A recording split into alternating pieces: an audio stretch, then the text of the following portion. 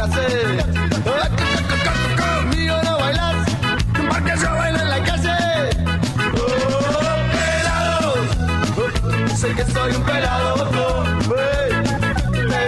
Buenas noches, estamos haciendo Yo Te Avisé en un lunes caliente, lunes de vacaciones, primer lunes de vacaciones de invierno y lunes de feria que promete cualquier cosa menos tranquilidad. Varios son los temas, algunos los vamos a estar tocando ahora con los invitados, porque además de arrancar estas vacaciones de invierno calientes, estamos en plena campaña y por eso le agradecemos a los invitados que hayan venido a debatir, a discutir y a confrontar ideas con nosotros. Por un lado está Jorge Ceballos del Movimiento Libres del Sur, candidato por el Frente Progresista Cívico y Social. Muchísimas gracias por gracias a ustedes por la invitación. Por estar acá. Y Remo Carlotto del Frente para la Victoria.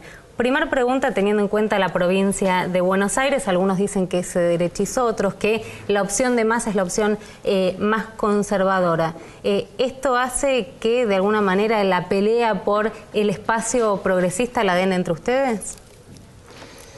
Bueno, yo creo que asistimos a una parte de la interna del Partido Justicialista, esa es la realidad. Porque por un lado está Massa que ha hecho una lista de diputados nacionales con personas que uno puede tener cierto reconocimiento, pero cuando uno rasca un poquito y ves los integrantes a niveles municipios, por ejemplo, que son la esencia de ese armado, se va a encontrar con Cariglino, se va a encontrar con Villordo en Quilmes, Acuña en Hurlingham, o sea, lo que son dentro de los varones del conurbano. Y además están los que juegan a dos aguas, ¿no? Con él, digamos, Curto en 3 de febrero y otros más, digamos, que están acá y están allá. Entonces, eso es por lo que viene de Massa. Pero después de lo que es nuestro criterio, lo que es el Frente para la Victoria, todo ha sido muy pública la pelea también entre Cristina y Scioli. Eso, Cristina y Scioli, que lo han expresado, muchas personas muy cercanas al pensamiento más, más íntimo del kirchnerismo, ¿no? Desde la que hoy, la persona Juliana Di Tulio, y otros que lo han toreado, por decirlo de alguna forma. Pero lo curioso de todo esto es que 24 horas antes del cierre de lista había una negociación entre Massa de Narváez y Scioli, ¿no? Scioli pidiéndole integrar a algunos diputados de él en la lista y Massa diciéndole, pero venite para acá y juguemos dentro del Frente de la Victoria. A ver si me ayuda en esta, Carlotto, porque es una negociación que por lo menos nadie de manera taxativa la dio por cierta, por lo menos no desde el oficialismo. Sí han salido a hablar mucha gente cercana a Massa, creo que no lo hizo el propio Massa, pero por ejemplo Felipe Solá, dando cuenta de que estas reuniones existieron, de que esta intentona de Scioli de acercarse al masismo existió y que después rompió porque no le resultaba funcional no a Scioli, sino al propio masismo. ¿Es cierto este acuerdo que fracasó?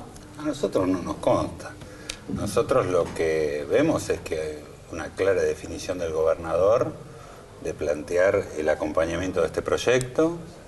Es algo que nosotros pedimos a todos los integrantes del Frente para la Victoria y quienes acompañamos este proyecto nacional y popular, que las definiciones sean absolutamente claras en el sentido de acompañar el proceso de transformación que se inició hace 10 años en Argentina.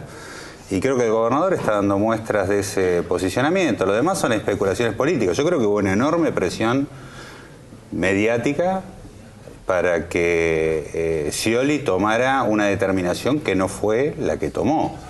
Y creo que también ¿Pero no fue la que tomó porque no le dieron el espacio? ¿No fue la que tomó porque decidió que no le interesaba? Yo creo que fue muy sumar? clara su primer pronunciamiento, que él estaba dentro de este proyecto, que él estaba comprometido en acompañar este proyecto, que lo venía haciendo desde hacía 10 años y que lo que había planteado en algunos momentos previos, que él estaba comprometido en su confrontación con los problemas que tiene la provincia de Buenos Aires.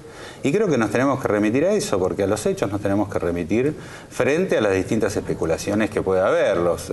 A través de las editoriales de los medios concentrados de comunicación se ejercen múltiples presiones para que los distintos candidatos, o fundamentalmente son los más permeables a las presiones, son los sectores de la oposición, que toman como propia la agenda de esos medios de comunicación.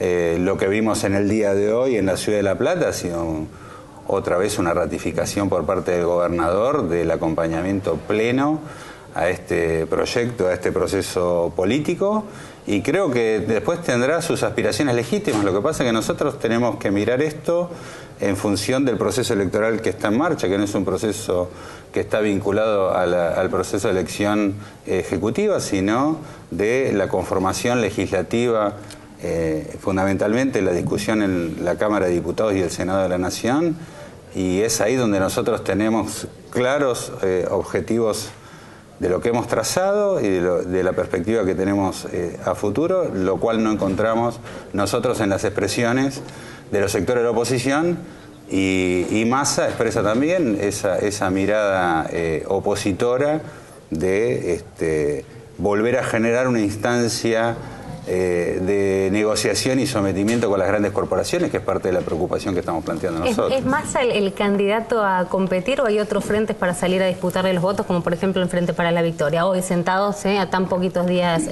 de las elecciones? Sí, nosotros creo que es que a veces uno piensa la competencia muy en términos de lo que son las estructuras políticas, pero el común de la gente, la sociedad, a veces no tienen los mismos parámetros. Por eso a veces aparece también en algunas de las encuestas de que muchos de los votantes de Massa son también votantes del Frente para la Victoria, digamos, y por ahí dicen cómo si es supuestamente opositor. Hasta de Narváez tiene votos en las encuestas, aparece con voto del Frente para la Victoria.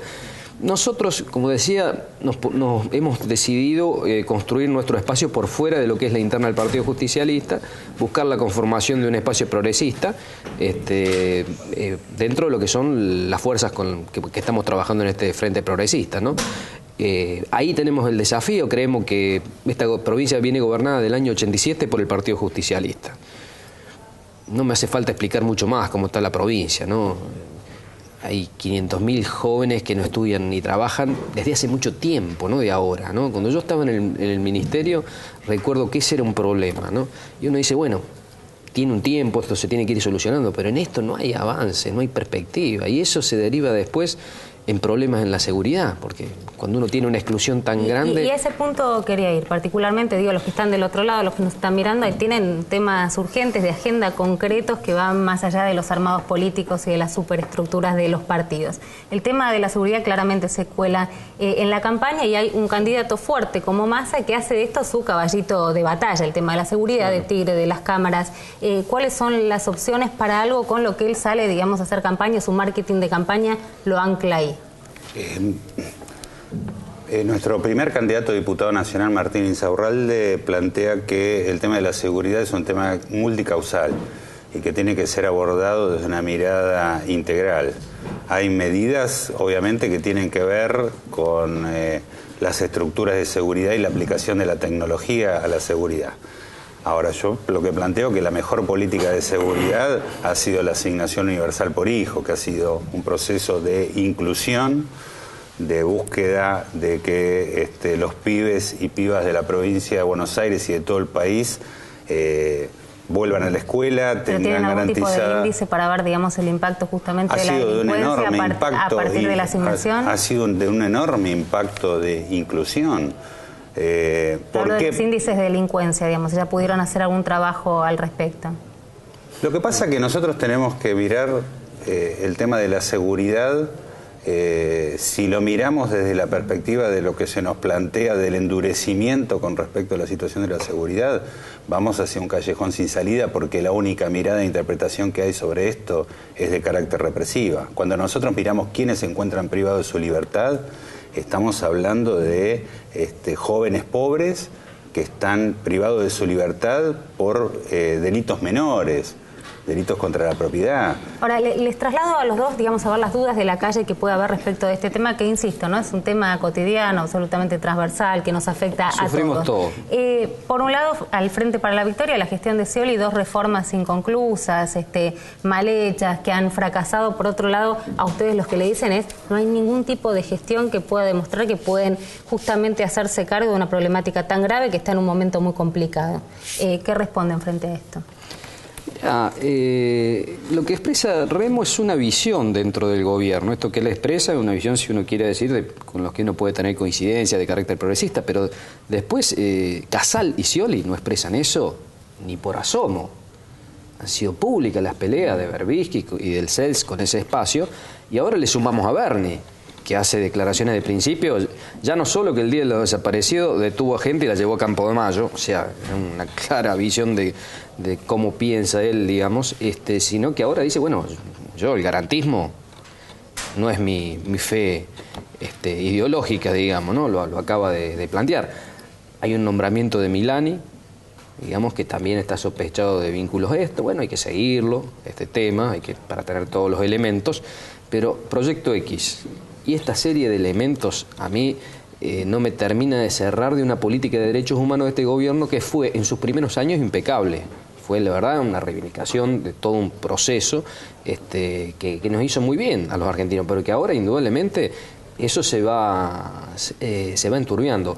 Yo creo que el tema de la seguridad es un tema, como vos bien referías, de que atraviesa toda la sociedad. Y en esto tiene que haber políticas de Estado.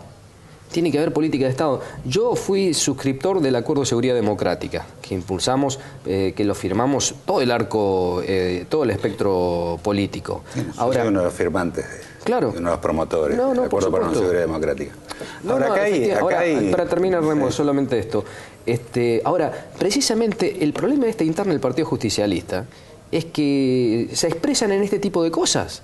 En lo que, digamos, en el tema de la seguridad, que tendría que ser una política de Estado. Entonces, querer hacer un acuerdo con la oposición para decir tengamos política de Estado para que el que asuma no tire por la borda lo que ya se hizo en temas que no es un problema que hay que someterlo constantemente a lo electoral, hay que tratar de ir poniendo ladrillo sobre ladrillo porque es un tema no sencillo de resolver y lleva su tiempo. Ahora, el problema es que las contradicciones están puestas dentro del oficialismo y se expresó en el tema de seguridad, se expresó en el tema educativo, con el tema de no pagarle a los docentes y el no inicio de las clases, se expresó hasta en el tema de la inundación, se peleaban en el territorio para el reparto de las ayudas. A ver, Carlotto, porque dan en el núcleo duro y en un tema que usted conoce mucho que tiene que ver con los derechos humanos o con el falso garantismo. No, a mí me parece que hay una mirada equivocada, me parece que este ha sido un gobierno que ha mostrado con mucha claridad el respeto a los derechos humanos como un eje central de su gestión, no de los años donde Jorge estuvo participando del gobierno, después tomaron la decisión de retirarse.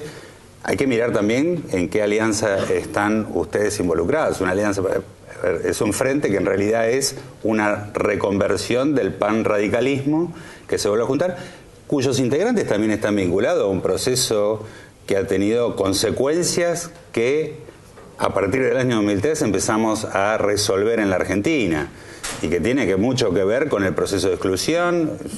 Muchos de los integrantes de la lista en la provincia de Buenos Aires y en la capital federal ha sido integrante de un gobierno que nos dejó un tendal de muertos en el 2001. Y esto es una mirada que a nosotros nos preocupa porque es una mirada hacia una involución.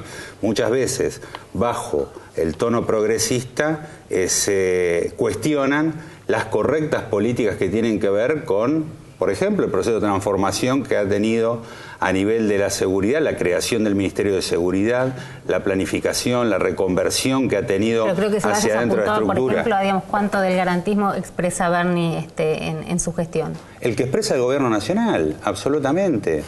Porque acá hay un tema que nosotros creemos que es clave de la forma de interpretar la política que tienen muchos sectores de la oposición. Que lo vemos en lo que ha sido la conformación de la lista de masa y lo que vemos nosotros en la discusión en el ámbito parlamentario. Siguen teniendo una mirada que es la matriz del neoliberalismo para interpretar la política. La interpretan solamente y exclusivamente a partir de los hombres. Nosotros, o los hombres y las mujeres, que puedan integrar una estructura de gobierno. Nosotros interpretamos esto como un proyecto integral. Y a los hechos tenemos que remitirnos. ¿Cuál ha sido la política nacional en materia de derechos humanos y de garantías constitucionales? Ha sido de un enorme avance. Y esto involucra el desarrollo de las políticas de seguridad, la decisión de no reprimir las formas de manifestaciones populares, el criterio que se aplica. Lo que vemos que hay en contraposición a eso es palos en la rueda a las políticas que generen procesos de inclusión, porque si nosotros miramos el tema de la seguridad solo desde esta mirada de carácter represivo, estamos muy equivocados. Nosotros tenemos que mirarla desde la integralidad de políticas que generen el proceso de inclusión que nosotros tenemos que generar en Argentina. Nosotros decimos la garantía, la seguridad de los derechos. ¿no? Esa es la mayor seguridad que nosotros tenemos que garantizar en este país. Lo que vemos que tenemos enfrente, en general, son claudicaciones frente a las corporaciones económicas, a las corporaciones y a los grupos mediáticos concentrados, y una mirada de absoluta confusión sobre el proceso y el tiempo político y los cambios culturales que tiene Argentina. Sergio Berni es un excelente secretario de Seguridad, que trabaja correctamente, que lleva adelante y que le pone el cuerpo absolutamente a todos los temas, y que tiene una interpretación mucho más abarcativa que la idea de la seguridad como el funcionamiento de la estructura represiva. Así lo ha manifestado y lo ha llevado adelante también en la mirada y el rol que deben tener las estructuras de seguridad frente a las situaciones de emergencia o de catástrofes que se puedan vivir. Entonces, ¿se identifica con la matriz neoliberal? Yo tengo, digamos, de mí hablan mis hechos, digamos, ¿no? Durante la época del menemismo, durante la época de la Alianza, ¿dónde estuve yo? Yo no tuve ningún gobierno, estuve en la calle. Digamos, yo soy abogado, pero estuve siempre con los más humildes enfrentando eso en concreto. No, pero no es una mirada personal sobre vos, sino sobre muchos de los integrantes de la lista donde estás. Bueno, por eso... Vos estás en el 8º lugar en una lista donde 6 de los 7 integrantes anteriores son integrantes del radicalismo. De esa forma es discutir respecto a los nombres. Yo podría decirte, vos estás haciendo un análisis sobre Sergio Berni y focalizás en que esa es la decisión de una política nacional. Es un error interpretarlo. Y sobre los hechos concretos de derechos humanos, yo te digo, en Formosa también hay derechos humanos, ¿no? Ahí habría que... Sin ninguna duda. Sobre las comunidades QOM, digamos que después lo ponen ahí atrás al muchacho del gobernador Nifran. Pero no me voy a referir porque el tema de seguridad no hay que restringirlo del tema de derechos humanos, porque después tenemos el fracaso en las cuestiones concretas. Yo veo esta discusión siempre sobre este tema, pero una total inoperancia respecto a resolver los problemas. La tasa de homicidio que ha dado la misma procuración de la provincia de Buenos Aires viene aumentando en la provincia de Buenos Aires, y en los sectores sur del conurbano mucho más, y en La Matanza. Yo, en San Justo, y ya no solo soy Virrey del Pino, La Ferrer, en San Justo, Ramos Mejía. O sea, son cosas que no hay que llevar, no hay que ideologizarlo, y hay que resolverlo. Son cosas que hay que resolverlo en concreto, porque no se puede vivir así. Y en esto hay que ponerse de acuerdo. El problema es que en esto hay total inoperancia. Hay total inoperancia. Hay una policía que no está capacitada para esto. De este debate de decirles, bueno, ustedes no pudieron hacerlo y ustedes tampoco saben hacerlo, por lo menos no lo demostraron nunca. Digo, porque es una encerrona complicada.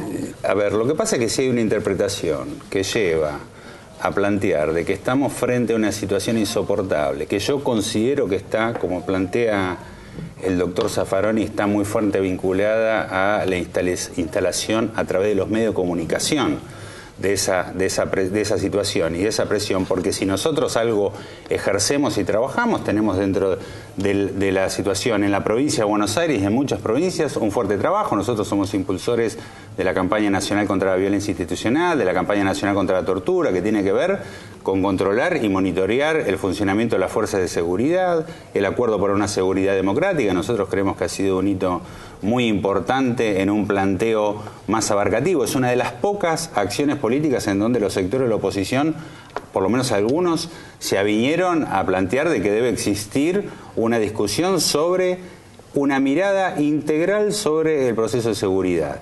Ahora, plantear esto en función de la tasa de homicidios, lo cual yo no coincido que la tasa de homicidios sea un índice elevado a nivel nacional, ni mucho menos, sino que creo que la instalación comunicacional sobre determinadas situaciones que frente al dolor que pueda vivir cualquier persona que pierda un ser querido, y lo estamos viendo con el caso Ángeles, estamos hace un mes con una instalación permanente, minuto a minuto, de una situación muy angustiante para una familia, vulnerando los derechos que le asisten a la familia y los derechos que tienen los niños, niñas y adolescentes de preservar su intimidad. Estamos viendo ese tipo de situaciones. Si nosotros actuamos en función de esa mirada, nos vamos a equivocar absolutamente en el diagnóstico. Nosotros pensamos que la mejor política de seguridad es lo que estamos llevando adelante, que es el desarrollo de las políticas inclusivas. Tengo muy poco tiempo, ya está escuchando... Estamos al horno. Si esta es la mejor política de seguridad, es la que expresa este gobierno, estamos al horno. Porque no hay un reconocimiento de siquiera el problema que tenemos. O sea, decir que acá el problema es mediático, el problema de la seguridad, nos pasa a todos. Entonces este es un problema de no tirarse palos uno a otro, sino resolverlo. Pero la primera cosa que necesitamos para resolver es decir, acá está el problema, este es el diagnóstico, tenemos problemas de seguridad. Y eso es lo que no podemos ponernos de acuerdo. Indudablemente viven en otro país respecto a este tema. Carloto Ceballos, el debate claramente no termina acá, recién empieza, da para largo, va a recorrer toda la campaña. Muchas gracias a los dos por haber venido, por haber empezado a escuchar las opiniones sobre los temas concretos que me parece que son a los que del otro lado les importan y les impactan en la vida cotidiana. En un ratito venimos con un tema que nos preocupa, nos espían a todos, en todos lados. Está bueno saberlo, ¿De dónde viene todo esto?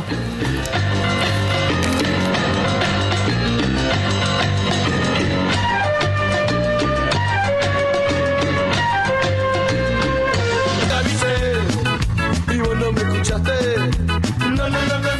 Aprovechen esta mesa que vamos a tener ahora, porque los dos invitados tienen la particularidad de hablar fácil, de hacer que podamos entender las cuestiones que muchos buscan intencionalmente encriptarle. Me parece que es una situación que nos importa a todos, así que insisto, aprovechenla y entusiásmense tanto como yo. Está con nosotros Ramiro Álvarez Ugarte, director de Acceso a la Información del ADC, Martín Becerra, amigo, docente, periodista, investigador, así como un currículum larguísimo, pero bien así, bien resumido. Sí, perfecto. A ver, vamos al tema que nos ocupa, del que se habla en las mesas, en los bares, con muy poca información y menos conocimiento. Y vamos a arrancar con, por lo menos, la primera duda que tengo yo. Si no hubiese sido por el topo Snowden y la CIA o Assange y los Wikileaks, ¿hoy nosotros sabríamos que nos están espiando? Sí, digamos, la práctica del espionaje, del seguimiento de la vida de las personas es una práctica pre-internet, digamos. Lo que pasa es que con internet esto se ha sofisticado, se ha automatizado y la extensión, la capacidad de almacenar volúmenes cada vez mayores de datos personales es facilitada por las nuevas tecnologías. Entonces, casos como el de Assange con Wikileaks, como el de Snowden, que no es verdaderamente, creo yo, ¿no?, un topo, en el sentido de que no es una persona que adentro de una organización esté pasando información camuflado, sino que es una persona que rompe con una organización, que es la Agencia Nacional de Seguridad de Estados Unidos, y revela datos que comprometen mucho, no solamente los derechos a la privacidad, a la intimidad de los ciudadanos estadounidenses, el funcionamiento de las agencias gubernamentales y paragubernamentales y del aparato de justicia estadounidense, sino también el ejercicio de espionaje sobre terceros países, ¿no?, sobre países europeos y sobre países latinoamericanos, la Argentina entre otros. Ahora, digo, parece por lo menos una mirada infantil o muy romántica creer que hay arrepentidos o gente que quiere colaborar por una patriada y entonces nos enteramos de esto. ¿Por qué ahora? ¿Por qué te parece que pasa ahora? Yo creo que hay una tradición en Estados Unidos bastante fuerte de este tipo de personajes. Ha habido, por ejemplo, en la década del 70, el famoso caso de los papeles del Pentágono, que también surgieron a partir de un empleado que le fue infiel a su empleador para denunciar algún tipo de crimen o delito que se estaba cometiendo. Creo que este caso es así, lo que ha hecho Snowden, y así lo ha declarado públicamente cuando hizo su presentación hace unos pocos días en Rusia delante de organizaciones y activistas de derechos humanos, fue decir, acá se está violando la Constitución de mi país y todo este sistema y entramado legal que se ha creado, porque es legal, aunque creemos muchos que es inconstitucional, ha servido para violar los derechos de los ciudadanos. Eso es algo que el pueblo de los Estados Unidos tiene que conocer, y de paso el resto del mundo. Ahora, la pregunta es, frente a este enorme tráfico de datos, muchas veces voluntaria, ¿no?, porque te piden en las distintas páginas que vos pongas y vos llenás porque crees que del otro lado vas a tener algún tipo de beneficios. La pregunta es, ¿para qué lo usan? Porque creo que eso no nos lo preguntamos. Accedemos a dar nuestra información voluntariamente. En muchos casos nos enteramos de esta situación, de movimientos enormes que ha habido respecto de la información y para obtenerla. ¿Pero qué hacen con eso? ¿A quién les sirve? ¿Para qué?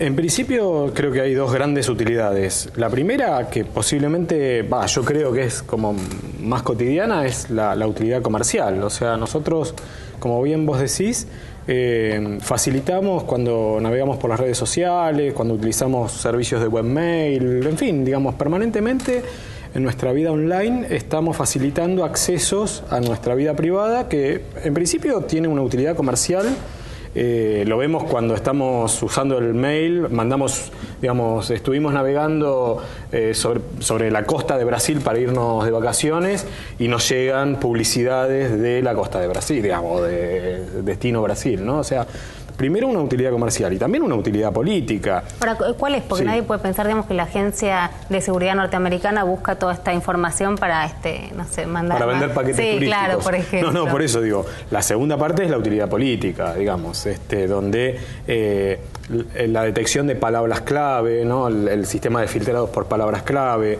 de individuos que son clave.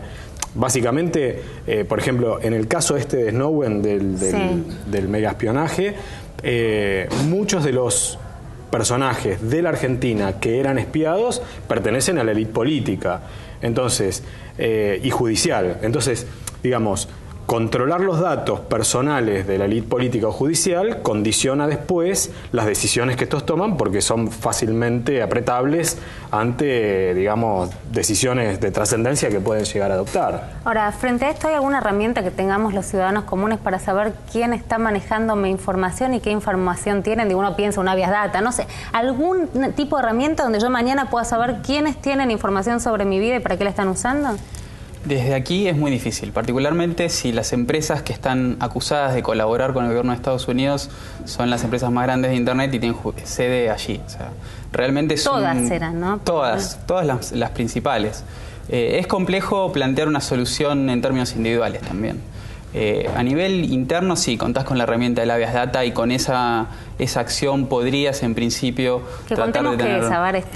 Es una acción prevista en la Constitución desde el año 1994 que sirve fundamentalmente para proteger nuestros datos personales, para poder corregir bases de datos en donde esos resultados sean erróneos o para también prevenir el mal uso de nuestros datos personales.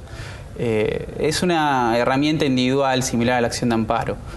Yo creo que es útil en término individual para algunos casos específicos, pero la verdad es que la solución de un problema tan complejo como el que ha salido a la luz, que es básicamente que vivimos en una sociedad de vigilancia, la aproximación del Estado de los Estados Unidos es agarrar toda la información. Hoy leía una buena metáfora en este sentido, que es la siguiente. Tenemos que buscar una aguja en un pajar. La aproximación de Estados Unidos no es buscar esa aguja, sino tomar todo el pajar. Esa actitud de concentrar y recopilar toda la información para ver después qué se hace con ella, plantea un escenario extremadamente complejo. Creo que hay muchos caminos por donde apuntar, pero desde aquí tenemos, me parece, lo fundamental es concentrarnos en nuestras autoridades locales, que son las que deben rendirnos cuenta, y por el otro lado también en las empresas que utilizamos. Pero a ver, vos decías recién que era legal pero inconstitucional. ¿No violan el contrato con el usuario a la hora de dar a conocer información que se supone que es privada? Nadie lee el choclazo ese que te ponen, ¿no? La verdad es que no. En algunos casos la verdad es que no, porque nosotros como usuarios prestamos consentimiento en muchos casos. La información que usamos, en Facebook y en otras redes también, es propiedad de Facebook. No sé, Ramiro es abogado, posiblemente, ese mismo contrato podría ser objetado en sede judicial. Pero lo cierto es que nosotros prestamos consentimiento.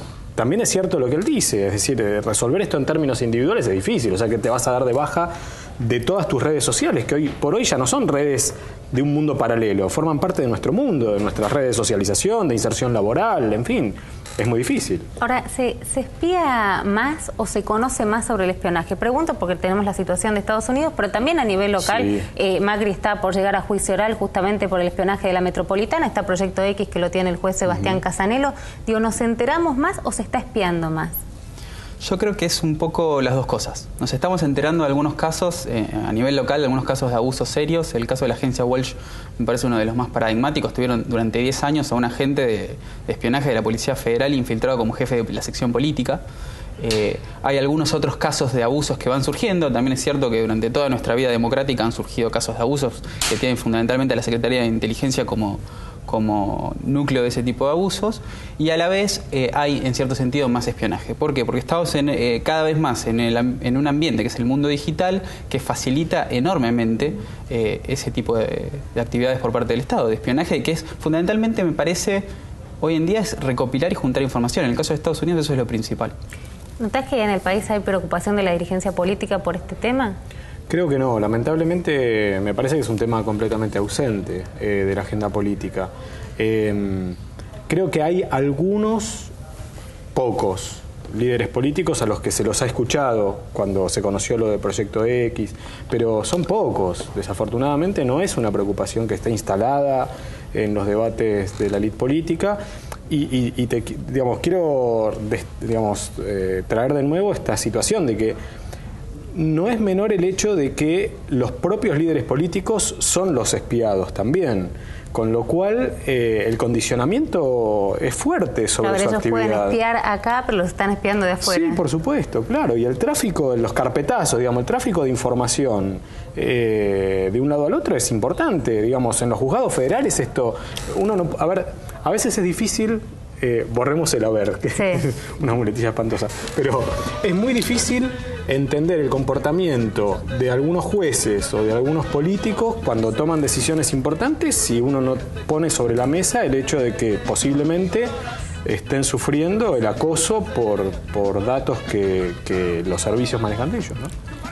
Becerra, Ugarte, pensé que me iban a dejar más tranquila, pero no, entonces la opción que me queda es relajarme, seguir usando internet y la web y seguir esperando que no hagan nada con la información que tiene, no dar pie a información. No puedo hacer nada. Bueno, qué sé yo. Así estamos. Por lo menos saber que hay información nuestra dando vueltas y que frente a eso no podemos hacer nada. Quedamos así. Espantosa, ¿no? La conclusión. Pero es lo que tenemos. Muchas gracias a los dos. Gracias. Yo te avisé y vos no me escuchaste. No, yo te avisé y vos no me dejaste comer. Yo te avisé y vos no me escuchaste. No. Y seguimos en un lunes muy particular donde hasta ahora todas las miradas están puestas en el juzgado de Claudio Bonadío, en el juzgado federal, a ver con qué celeridad trata el pedido que le hizo la defensa de Ricardo Jaime, hoy declarado en rebeldía, para justamente tratar la apelación de la exhibición de prisión. Tiene que ir a Cámara, hay un juego en tribunales importante de tiempos básicos que tienen que ver justamente por los camaristas, y va a estar la sala 1 mucho más generosa en la tradición que tiene de excarcelar, o la sala 2 que tiene criterios más restrictivos. La defensa de Jaime está tratando de que justamente este tema sea visto lo antes posible, le piden celeridad a Bonadío, y mientras los ojos están puestos ahí vamos a seguir con otro tema polémico. Hablamos de la campaña, hablamos del espionaje, y un tema que atraviesa toda la campaña tiene que ver justamente con la libertad sindical. Un informe de Ana Baiman.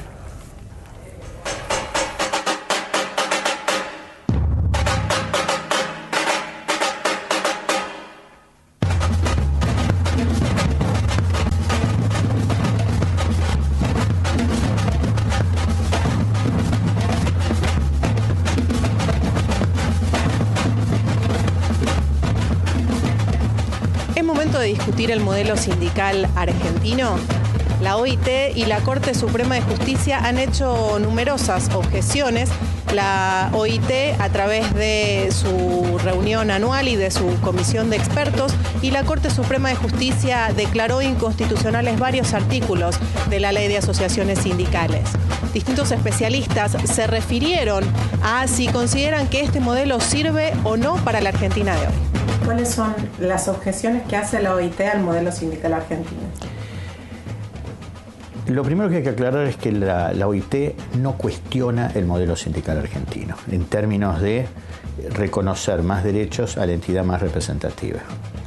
La línea de reproche, ya desde hace más de 20 años, pasa por dos lugares. El primero es que a la entidad más representativa, que es a la que se le da la personalidad gremial, que es una capacidad exclusiva de representación, se le reconocen facultades exageradas, desmesuradas, con relación a los demás. Yo creo que la interpretación de lo que establece el artículo 87 depende de la interpretación de la justicia, del Poder Judicial argentino, no de los dictámenes de los organismos administrativos como la Comisión de Expertos, la Comisión de Libertad Sindical, porque interpretar la libertad tiene que ser de acuerdo a la modalidad de cada país.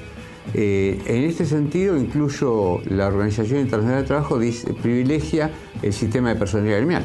Las entidades con personería gremial tienen privilegios que exceden las consecuencias de ser el sindicato más representativo. Esos privilegios no pueden exceder tres elementos: la negociación colectiva, la representación internacional y la representación ante instituciones del Estado. Esos son los tres elementos que la OIT admite para el sindicato más representativo. Pero no lo admite respecto a la representación en el conflicto, no lo admite respecto al monopolio del derecho a nómina, es decir, la posibilidad de recaudar cuota sindical, que lo tiene solamente el sindicato con personería gremial. No lo admite con respecto al monopolio en la convocatoria a elección de delegados. Es decir, solo admite que el sindicato más representativo sea quien negocie colectivamente. Y ojo, no lo dice como un derecho de exclusividad, sino de prioridad. Las entidades que no son las más representativas no se le reconoce ningún derecho. O sea, no tienen tutela contra los actos de discriminación antisindical, no tienen protección especial a sus dirigentes, no se retiene la cuota sindical, no pueden negociar ni siquiera en representación de sus afiliados. Entonces, estos son básicamente, no tienen exenciones impositivas, las entidades llamadas simplemente inscriptas. El sindicato mayoritario es un principio democrático, la personalidad gremial la tiene el más representativo, o sea, no nos confundamos, ¿no es cierto? Lo que dice la Organización Internacional del Trabajo es que estos mejores derechos o derechos exclusivos los tiene con relación a la discusión de los convenios colectivos de trabajo, a la representación en los organismos nacionales y a la representación en los organismos internacionales. En la Argentina tenemos tal vez un avance mayor en los derechos exclusivos que el que establece la Organización Internacional del Trabajo. Las entidades simplemente inscriptas, que antes eran un mero trámite para poder ser entidad con personería gremial y prácticamente son el 50% de las entidades sindicales inscriptas, tiene prerrogativas y derechos que antes no tenía. El primero es que puede convocar a elecciones de delegados. Segundo, puede tener acceso a la tutela sindical. ¿Qué quiere decir esto? Que el patrón no puede ni despedir, ni suspender, ni modificar las condiciones de trabajo. Y por último, y creo que este es el más importante, el fallo AT2, en donde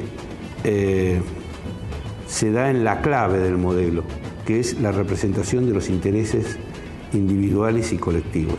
Un sindicato que no puede representar intereses individuales y colectivos es un sindicato no sindicato. En estas tres materias es admisible que solo intervenga la entidad más representativa. Negociar colectivamente convenios de eficacia general, representación internacional y representación en órganos gubernamentales. Las demás entidades, las que no tienen personal gremial, deberían tener protección contra actos antisindicales, deberían tener derechos similares en orden a la retención de la cuota y fundamentalmente protección de sus representantes sindicales, ¿no? O sea, lo que se llama la tutela sindical.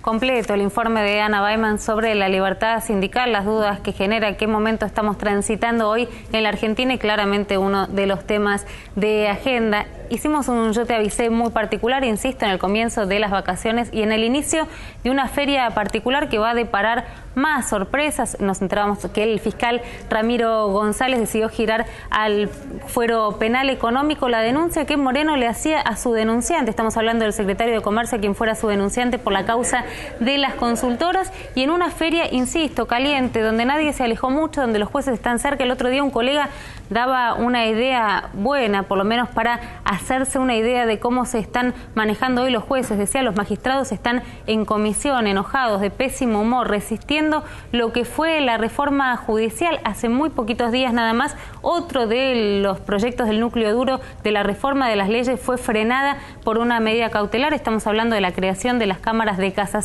en manos de el juez Lavie Pico en lo contencioso administrativo. Una feria, 2 semanas, donde el malestar en los pasillos de tribunales se hace evidente e insisto, mientras esperamos la resolución que tome Bonadío y después la Cámara respecto del ex secretario de Transporte Ricardo Jaime, en estas 2 semanas todavía nos pueden deparar alguna que otra sorpresa. Esto fue Yo Te Avisé. Yo te avisé. escuchaste. No, yo te avisé y vos no me dejaste convencerte. Conmigo no la